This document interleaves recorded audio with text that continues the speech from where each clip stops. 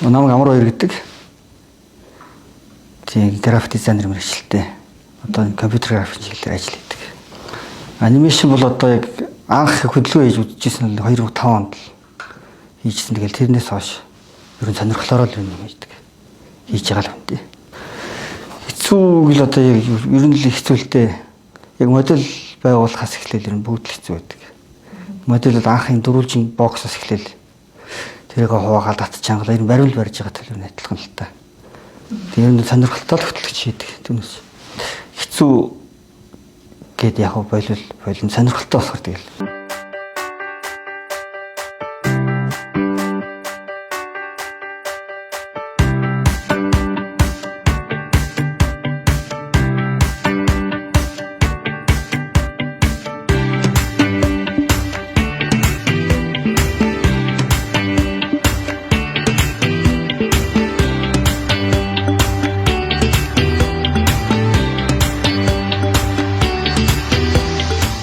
Байгалаан бүтээй. Монгол улсын их хурлын дарга Гомбожовын Зандан шатар.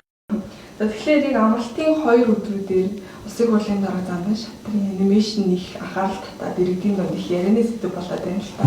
Энийг одоо улсын төсвөр ийм анимашн хийсэн ч гэдэг юм уу иргэдийн тийм хардлага яваад байна. Та энэ дээр яг хийсэн өмнөх нь өөрийнхөө байр суурийг илэрхийлж. Гэхдээ одоо би цалингааваад анимашн хийчихээр улсын төсвөр ингээ мөнгө хийсэн гэдэг. Тэгээд одоо яг анимашныг тийм мөнгөөр хийнэ гэсэн юм байт юм уу? Би тэр ойлгохгүй л байна. Би цалингаа авал тэгэл өөрөө дуртай болохоор энэ чиглэл рүү ажилласан. Ер нь л энэ санааг би өөрөө анх гаргасан. Ер нь бол яг анимашн маш хөрөнгө мөнгөөр бүтдэг гэдэг нь үнэн.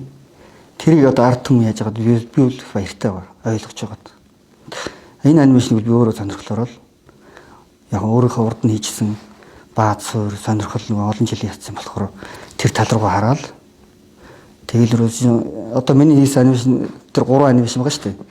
Тэрийг харахад бол дандаа нэг баярын өдрүүдийн мэдчилгээр байгаа шүү дээ. Тэр нь яагаад болохгүй гэж би ернийг гайхалгаа. Яагаад тэр ахмад настангаа хөндлөж болдгүй? Яагаад багшигаа хөндлөж болохгүй гэж?